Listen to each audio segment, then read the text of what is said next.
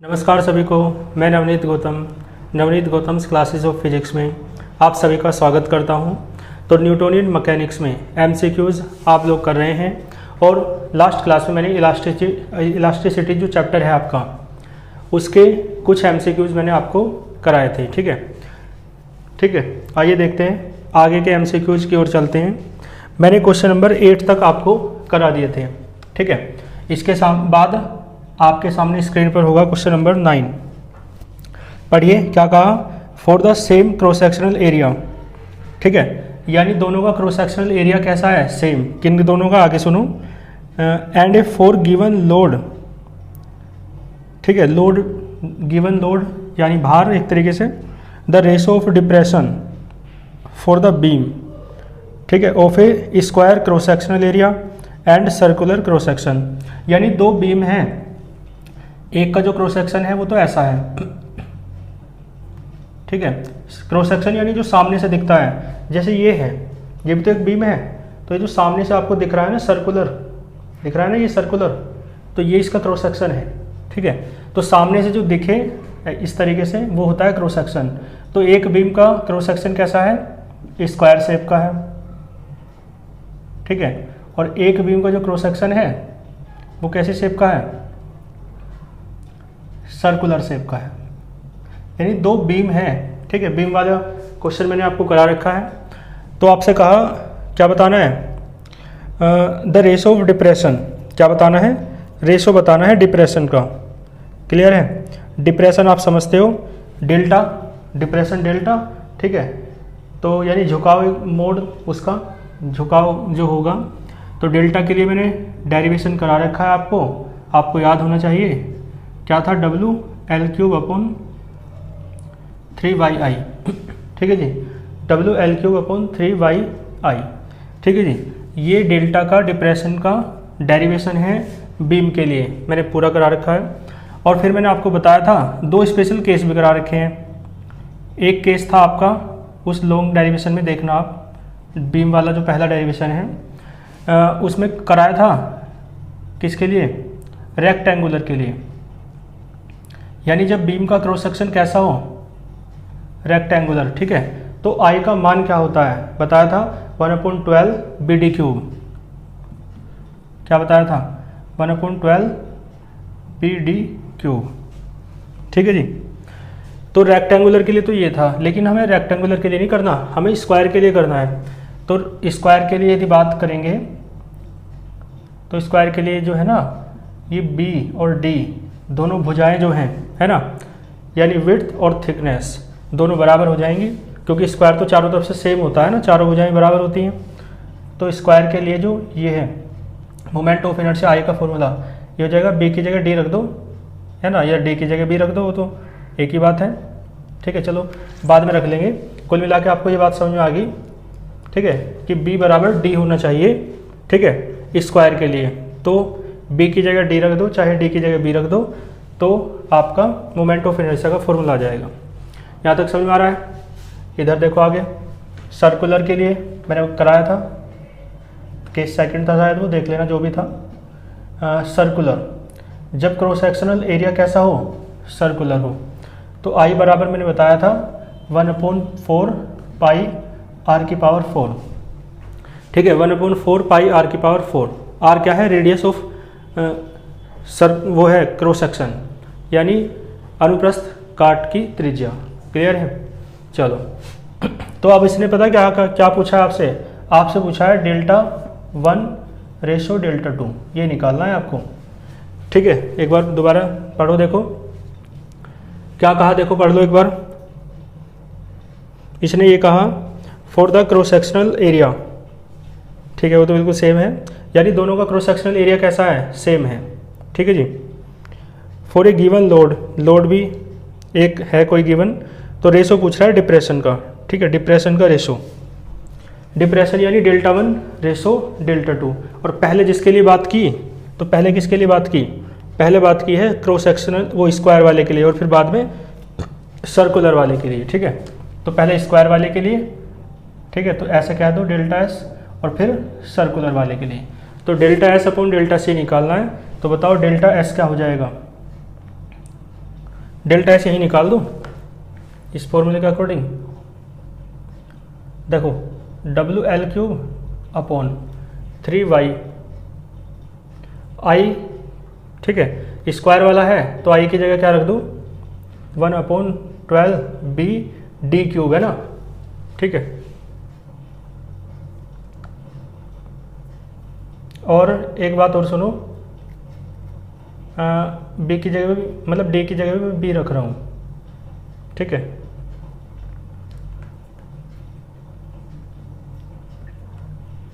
बात समझ में आई, क्लियर है?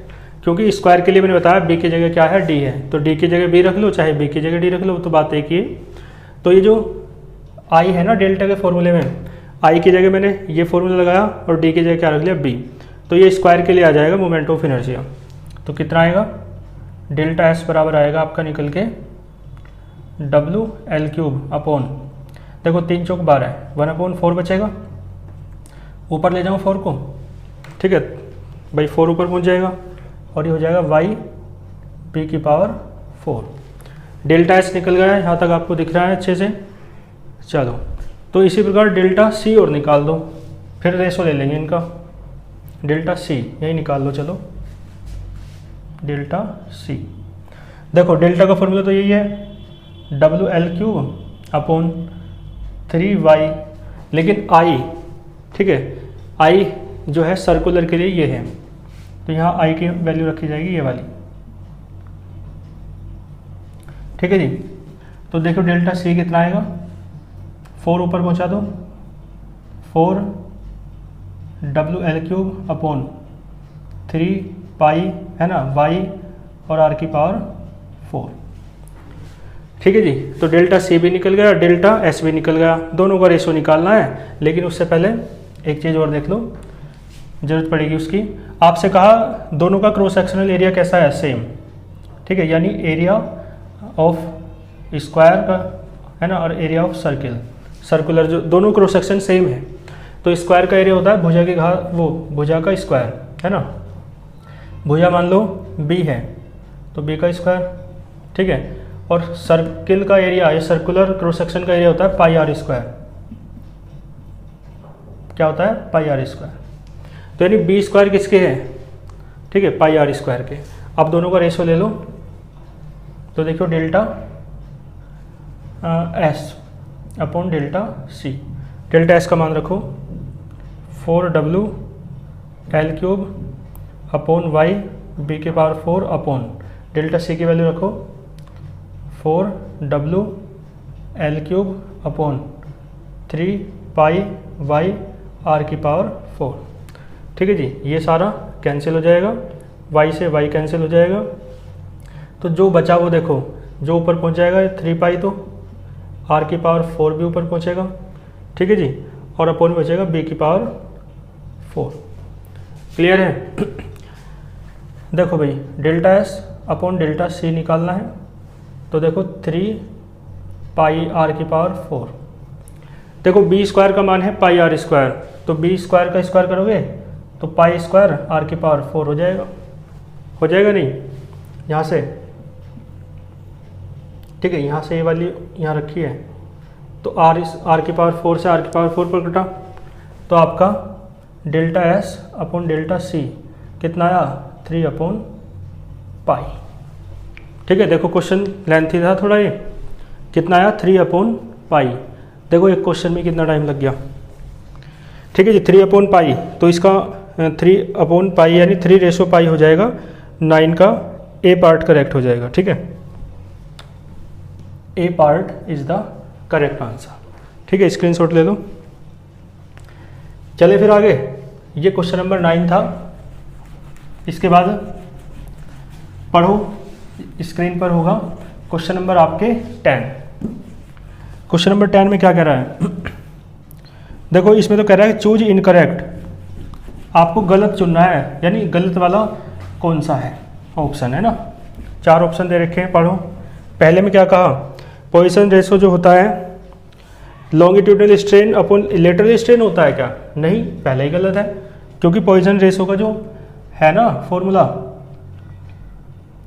वो होता है lateral strain upon longitudinal strain, जो दूसरे में दे रखा है। तो दूसरे वाला बिल्कुल सही है, तीसरा देख लो, यानी ए वाला गलत है। और तीसरे में कह रहा है एक्चुअल वैल्यू जो होती है पॉइसन रेशो की यानी सिग्मा की, वो -1 से लेकर 0.5 के बीच में होती है। तो ये बिल्कुल सही बात है ना। जो थ्योरेटिकल लिमिटिंग वैल्यू मैंने लिखवाई थी सिग्मा की, वो है ये। और डी में कह रहा है एक्सपेरिमेंटल वैल्यू। मैंने कहा था थ्योरेटिकल वैल्यू तो ये है, लेकिन एक्सपेरिमेंटल वैल्यू जो होती है ना, वो माइनस की नहीं होती, बल्कि 0 और 0.5 के बीच में होती है। ठीक है, क्लियर है। तो ये भी बिल्कुल सही कह रहा है। क्या कह रहा है? The experimental value of Poisson ratio lies between 0 to 0.5। ठीक है, तो ये सारे ऑप्शन करेक्ट हैं, ये भी सही है, ये भी सही है। गलत ऑप्शन ये है, लेकिन आपको गलत चुनना है तो आपको ये वाला गोला भरना है। ठीक है, तो आपका सही आंसर क्या हो जाएगा? ए। ठीक है, देखो ए वाला ऑप्शन गलत है, उसमें जो बात कही गई है और वो आपको चुननी है, तो आपका ए ऑप्शन करेक्ट हो जाएगा। ठीक है, लेकिन ऑप्शन ए इनकरेक्ट है वैसे, लेकिन आपको गलत चुनना था, इसलिए वो आपका आंसर हो जाएगा ए। कर लोगे? चलो,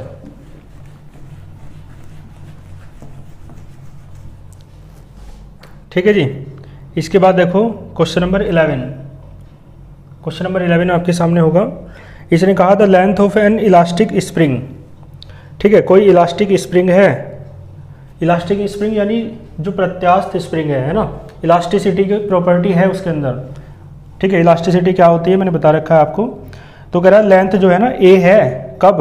when the tension is 4 Newton. Tension यानी एक फोर्स ही है, तो यानी जब उसमें खिंचाव तनाव कितना है? 4 न्यूटन है, तो तब है ए लेंथ, है ना। तो पहले मैं आपको बता दूं, यदि आप अप्लाई करोगे फोर्स, ठीक है, तो आपके द्वारा अप्लाई फोर्स मान लो इस तरफ है, तो रेस्टोरिंग फोर्स किस तरफ होगा? इस तरफ। इसका मतलब है एफ जो है ना, वो रेस्टोरिंग फोर्स के अपोजिट डायरेक्शन में होता है। क्लियर है, इसलिए माइनस आ रहा है। और रेस्टोरिंग फोर्स क्या होता है? -kx होता है। रेस्टोरिंग फोर्स का फॉर्मूला क्या है? -kx। तो F बराबर जो है ना, वो kx एक फॉर्मूला हो जाएगा, इसका यूज करेंगे हम इस क्वेश्चन में। अब देखो इसने क्या कहा फर्स्ट कंडीशन में, इसने ये कहा आपसे कि फोर्स कितना है। क्वेश्चन नंबर 11 में फोर्स देखो कितना है, 4 न्यूटन है ना। जब फोर्स कितना है? 4 न्यूटन, तो आपसे कहा कि जो लंबाई है ना अब, वो है a मीटर। ठीक है, यानी मान लो इनिशियल लेंथ जो है, पहले जो थी लंबाई, ठीक है, जो इनिशियल लेंथ है, शुरुआत की लंबाई है, मान लो कितनी है? l। ठीक है, तो आप देख के बताओ x क्या होता है? x वो है जो वृद्धि हुई है, फोर्स लगाने से वृद्धि होगी या कमी होगी, मतलब जो चेंज हुआ है लेंथ में। x क्या है? Change in length. ठीक है, change in length of spring. तो देखो पहले कितनी थी? l थी, अब कितनी कह रहा है? a है, तो चेंज कितना हुआ? a minus l। ठीक है, क्योंकि अब वाली लेंथ में से पहले वाली लेंथ घटा दो तो पता चल जाएगा कितना चेंज हुआ। ठीक है, तो x की जगह क्या आ जाएगा? a माइनस l, क्योंकि अब a है और पहले l था, है ना, जो लेंथ थी। k तो कांस्टेंट है, ऐसे रहने दो फर्स्ट केस में। अब देखो सेकंड केस में क्या कह रहा है। सेकंड केस में आगे क्या कहा, देखो लेंथ b है, यदि टेंशन कितना है? 5 है, तो टेंशन यानी फोर्स 5 है, तो लेंथ कितनी है? b। इसका मतलब अब b है, पहले l थी, तो b माइनस l। x कितना हो जाएगा? b minus l। ठीक है जी। आपसे देखो क्या पूछ रहा है, आपसे पता है क्या पूछा है? आपसे ये कहा द लेंथ इन मीटर, है ना, मीटर में लेंथ कितनी होगी when the tension is 9 Newton. ठीक है, तो मान लो टेंशन 9 न्यूटन है, तो आपसे पूछा है लेंथ कितनी होगी, तो लेंथ कितनी मानूं? l डैश मान लो भाई, l तो शुरुआत में थी, अब l डैश हो जाएगी जब फोर्स कितना है, टेंशन कितना है? 9। ठीक है, तो हमें l डैश की वैल्यू निकालनी है। क्या निकालना है हमें? l डैश निकालना है। ठीक है जी, तो पहले l डैश तो तब निकलेगा जब l निकले और k निकले, तो पहले इन दोनों को सॉल्व करके समीकरण 1 में 2 को l और k निकाल लो। ठीक है, तो एक काम करो, इक्वेशन सेकंड में से फर्स्ट माइनस कर दो, तो यहाँ क्या आएगा 5 माइनस 4 बराबर के बी माइनस एल माइनस के ए माइनस एल। ठीक है, 1 बचेगा बराबर के बी माइनस एल माइनस ए प्लस एल, एल से एल कट जाएगा, तो के बराबर कितना बचा 1 अपॉन बी माइनस ए। ठीक है, के की वैल्यू आ गई, के की वैल्यू चाहे फर्स्ट में रख दो चाहे सेकंड में रख दो, एल का मान आ जाएगा, है ना। मान लो फर्स्ट में रख रहे हैं तो 4 बराबर के की वैल्यू है 1 अपॉन बी माइनस ए और इनटू में है ए माइनस एल। ठीक है जी, तो यहाँ से एल का वैल्यू निकाल दो, इसे इधर ले जाओ तो हो जाएगा 4b माइनस 4a बराबर a माइनस एल। एल को इधर ले जाओ और a, ठीक है, प्लस 4a माइनस 4b, ये वाले इधर ले आए, तो एल बराबर कितना आया 5a माइनस 4b। एल का मान आ गया कोई दिक्कत इसमें नहीं होगी, एल निकाल दिया हमने। ठीक है जी, एल निकाल दिया, इसमें कोई दिक्कत आपको नहीं होगी। अब देखो एल निकाल दिया, के निकाल दिया, अब हमें एल डैश निकालना है। ठीक है, तो एल की और के की वैल्यू यहीं रख दो। ठीक है, मान लो ये थी समीकरण नंबर 3, थर्ड इम्प्लाइज कर दो, तो देखो 9 बराबर के का मान है 1 अपॉन बी माइनस ए और इंटू एल डैश निकालना है, एल का मान है 5a माइनस 4, वो 5a माइनस 4b है और ब्रैकेट में मतलब माइनस के मल्टीप्लाई करेंगे तो प्लस हो जाएगा 4b, है ना। तो देखियो कितना बचेगा 9b माइनस 9a। ठीक है, इधर मल्टीप्लाई करके L dash minus 5a plus 4b, तो देखो 9b minus 9a plus 5a और माइनस 4b बराबर एल डैश। तो एल डैश कितना आया जी, ये 9b, पहले ए वाले देखो, नहीं पहले बी वाले देखो, 9b में से 4b गए, 5b बचे और माइनस 9a प्लस 5a तो माइनस का 4a, तो एल डैश आया आपका 5b माइनस 4a। ठीक है, ये देखो ये क्वेश्चन भी थोड़ा लेंथी है। क्वेश्चन नंबर 11 कितना आया 5b माइनस 4a, यानी 11वें का आ जाएगा। ठीक है, B part 5b minus 4a, तो इसका B option is the correct option. Clear है, स्क्रीनशॉट ले लो पूरे का, चलते हैं फिर आगे। ठीक है जी, चलो इसके बाद पढ़ते हैं क्वेश्चन नंबर 12। देखो क्वेश्चन नंबर 12 क्या कहता है, पढ़ो स्क्रीन पर। क्वेश्चन नंबर 12 कह रहा है आपसे, a long spring is stretched by 2 centimetre. ठीक है, एक लंबी स्प्रिंग है जिसे खींचा जाता है 2 सेंटीमीटर, तो इसकी पोटेंशियल एनर्जी कितनी है, V है। तो पोटेंशियल एनर्जी का फॉर्मूला आप जानते हो, स्प्रिंग के केस में मैंने करा रखा है, हाफ के एक्स स्क्वायर होता है। एक्स वो है जो चेंज हो रहा है लेंथ में, है ना, तो V क्या है पोटेंशियल एनर्जी, यहाँ V से दे रखा है। तो इसने कहा भैया फर्स्ट केस में कि 2 सेंटीमीटर खींचा जाता है, तो के की जगह वो एक्स की जगह 2 सेंटीमीटर, तो दो ये बचेगा V बराबर, ठीक है, 2k कैलकुलेट करके। केस सेकंड में देखो, अब क्या कहा, यदि स्प्रिंग को खींचा जाता है 10 सेंटीमीटर तो पोटेंशियल एनर्जी कितनी होगी। तो स्प्रिंग को कितना खींचा जा रहा है 10 सेंटीमीटर। ठीक है, एक्स की जगह 10 हो जाएगा और ये V डैश मान लो, V तो वो थी ना, तो 10 धाम 100, 100 बटे 2 बनी 50, 50 के।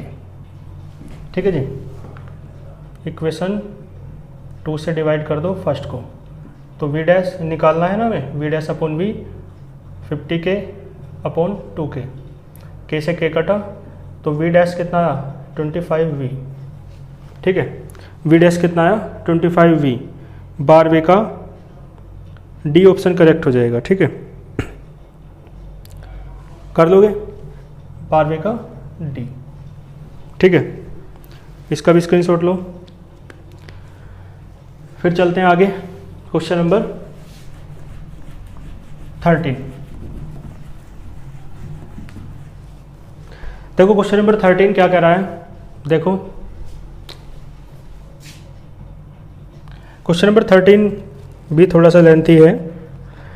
एक रोड है भैया जिसकी लेंथ L है, रेडियस जिसकी R है, इज जॉइंड उसे जोड़ दिया जाता है टू ए रोड एक दूसरी रोड से जिसकी रेडियस R/2 है, जिसकी लेंथ L/2 है और दोनों सेम मटेरियल की बनी है। ठीक है, ऐसे है, जो पहली रोड है ना उसकी लेंथ L है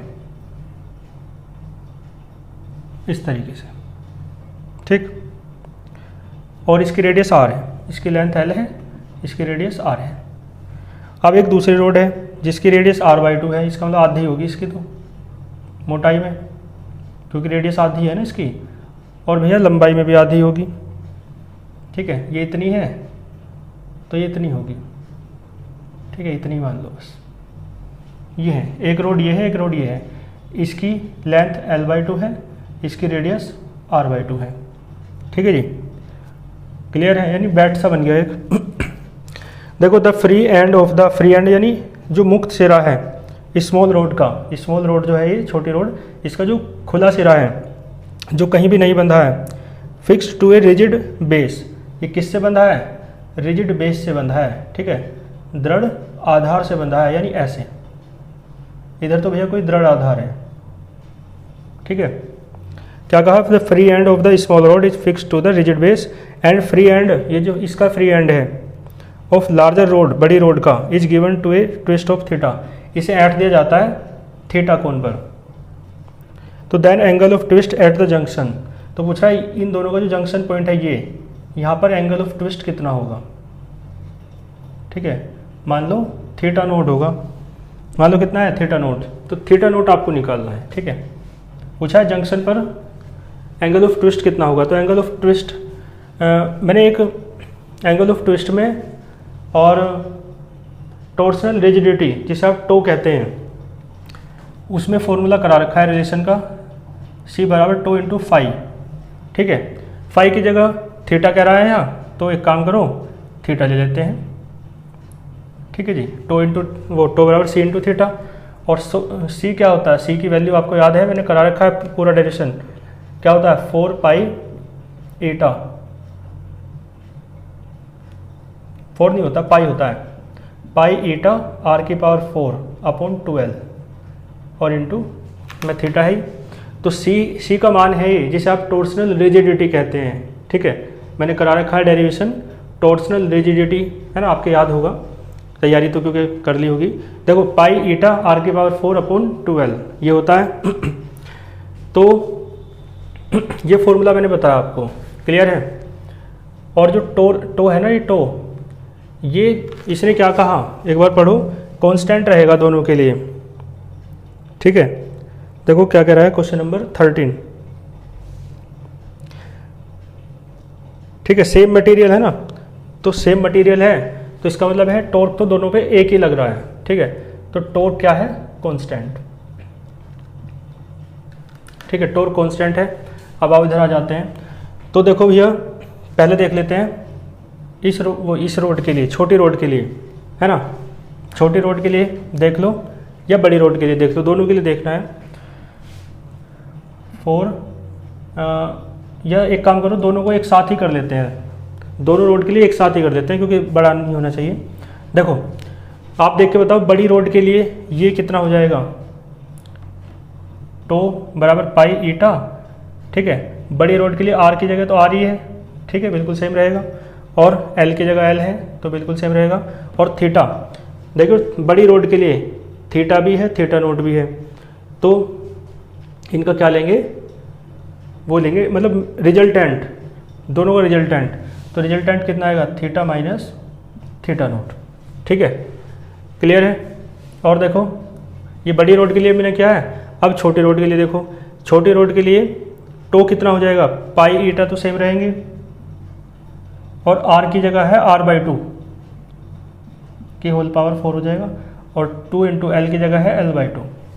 ठीक है, और थीटा, यहाँ देखो यहाँ पे तो एंगल ऑफ ट्विस्ट कुछ है ही नहीं, 0 है क्योंकि बंधा है, और यहाँ पे कितना है? Theta note. ठीक है, तो इन दोनों को भी रिजल्टेंट लो तो क्या आएगा? Theta note minus 0। ठीक है जी, देखो पाई ईटा से पाई ईटा कट जाएंगे, 2 से 2 कटेगा। ठीक है जी, आर की power 4 theta minus theta naught upon 2 into L बराबर हो जाएगा आर की पावर 4 अपॉन 2 दूनी 4 दूनी 8 दूनी 16। ठीक है, और ये थीटा नोट बचेगा केवल, है ना, माइनस 0 छोड़ो, एल से एल कटा, आर की पावर 4 से आर की पावर 4 कटी, और ये 2 से 8 बार कटा, 8 इधर को बचा दो, तो 8 थीटा माइनस 8 थीटा नोट बराबर थीटा नोट। ठीक है, तो देखो 8 थीटा बराबर ये हो जाएगा 9 थीटा नोट। आपको क्या निकालना है भैया, आपको आपसे देखो एक बार पढ़ दो, चलो दोबारा, कौन सा है 13। आपसे कहा था angle of twist at the junction, junction पर जो एंगल ऑफ ट्विस्ट है ना वो हमने मान रखा है थीटा नोट, तो आपको थीटा नोट निकालना है। तो थीटा नोट कितना आया, ये 9 अपॉन पहुँच जाएगा, तो 8 थीटा अपॉन 9। ये ऑप्शन होकर देखो कौन से वाला है, 13 का डी हो जाएगा। ठीक है, 13 का डी। क्लियर है? तो देखो ये भी आपका थोड़ा समझने का क्वेश्चन था, क्लियर होगा आपको। अब चलते हैं फिर नेक्स्ट क्वेश्चन पर, क्वेश्चन नंबर 14।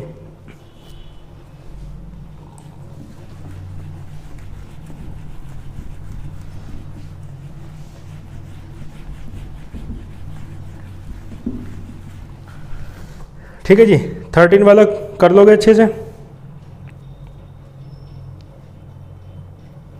चलो 14 पे आते हैं। 14 देखो, the length of a metal wire. ठीक है, मेटल वायर की लेंथ है L1 जब टेंशन कितना है T1। ठीक है जी, फर्स्ट केस लेंथ L1 है जब टेंशन कितना है T1। तो मान लो इनिशियल लेंथ तो माननी पड़ेगी, शुरुआत में कितनी थी जब टेंशन था ही नहीं, इनिशियल लेंथ यानी जब फोर्स लग ही नहीं रहा था तब लेंथ कितनी थी, मान लो L थी। अब कह रहा है भैया लेंथ L1 है जब टेंशन कितना है T1, तो मैंने अभी आपको एक फॉर्मूला बताया तो था, F बराबर K इंटू एक्स वाला, है ना, वही वाला यूज करेंगे। तो F की जगह अब इसने कहा टेंशन कितना है T1। ठीक है, कब, जब लेंथ कितनी है L1। तो देखो अब है लेंथ L1, पहले थी L, तो इसका मतलब चेंज कितना हुआ L1 माइनस L, क्योंकि x क्या होता है, चेंज होता है। Equation first. ठीक है, केस सेकंड में क्या करा है, केस फर्स्ट यहाँ से है, केस सेकंड में क्या करा है आगे। ठीक है, L2 है लेंथ जब टेंशन कितना है T2 है, लेंथ L2 है जब टेंशन कितना है T2 है, इक्वेशन नंबर सेकंड। तो आपसे पूछा है unstretched length of the wire. Unstretched का मतलब जो बिना खींची हुई है, जब मतलब जब इसे खींचा नहीं है तब लेंथ कितनी है। तो मैंने बताया शुरुआत में तो L थी, तो L निकालना है आपको। ठीक है, L बराबर निकालना है। तो ये तो बहुत आसान है, कैसे करोगे डिवाइड करें या माइनस करें, वो डिवाइड कर दो, equation first is divided by second, तो ये बचेगा T1 अपॉन T2, और ये K से K कट जाएगा, L1 माइनस L, और ये L2 माइनस L, K से K कटेगा, इधर क्रॉस मल्टीप्लाई करो, T1 L2 minus T1 L बराबर T2 L1 minus T2 L। ठीक है जी, ये इधर पहुँचा दो, है ना, ये LL वाले एक तरफ कर लो। तो देखो T1 L के माइनस के इधर पहुँचेगा और माइनस T2 L ऐसे ही रहा, और ये वाला इधर ले आए। ठीक है, देखो T1 L2 minus T2 L1 बराबर, यहाँ से कॉमन है L, तो बचेगा T1 माइनस T2। ठीक है, L का मान निकाल लो, L बराबर आ गया T1 L2 minus T2 L1 upon T1 minus T2। Option check करो कौन सा है। ठीक है, प्लस वाले हैं, बाकी तो सी थोड़ा मैच हो रहा है, तो सी वाला ऑप्शन में बस माइनस कॉमन ले लो ऊपर नीचे से। ठीक है जी, देखो कॉमन ले लो बस ऊपर नीचे से, क्योंकि अपॉन में T2 माइनस T1 है और ऊपर क्या है L1 T2, तो L1 T2 है ना, बस पलटनी है, मतलब ऊपर नीचे से कॉमन लेके काट दो, तो बचेगा L1 T2 minus L2 T1, और ये दोनों मतलब आगे पीछे लिख रखा है बस। ठीक है, अब मैच कर लो L1 T2 minus L2 T1 upon T2 minus T1, option number C. ठीक है, ऑप्शन नंबर सी आपका करेक्ट हो जाएगा, कोई दिक्कत नहीं होगी इसमें। ठीक है, ये तो आसान था। ऑप्शन वो कौन सा, क्वेश्चन नंबर 15 पढ़ो, शायद लास्ट क्वेश्चन है इसका 15। ठीक है जी, 15 में कह रहा है, ये तो बहुत आसान सा है, the compressibility of a substance. ये तो याद रखना है आपको। ठीक है, जो बल्क मॉडुलस होता है ना, उसका रेसिप्रोकल 1/b कहलाता है कंप्रेसिबिलिटी।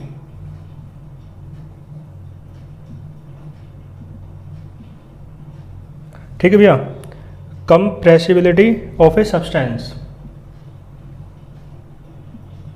किसी पदार्थ की कंप्रेसिबिलिटी यानी संपीड्यता कहते हैं हिंदी में, 1/β होती है, यानी बल्क मॉडुलस का रेसिप्रोकल। बल्क मॉडुलस आप समझते हो, इसे बोलते हैं आयतन प्रत्यास्थता गुणांक हिंदी में, तो उसके व्युत्क्रम को कहते हैं।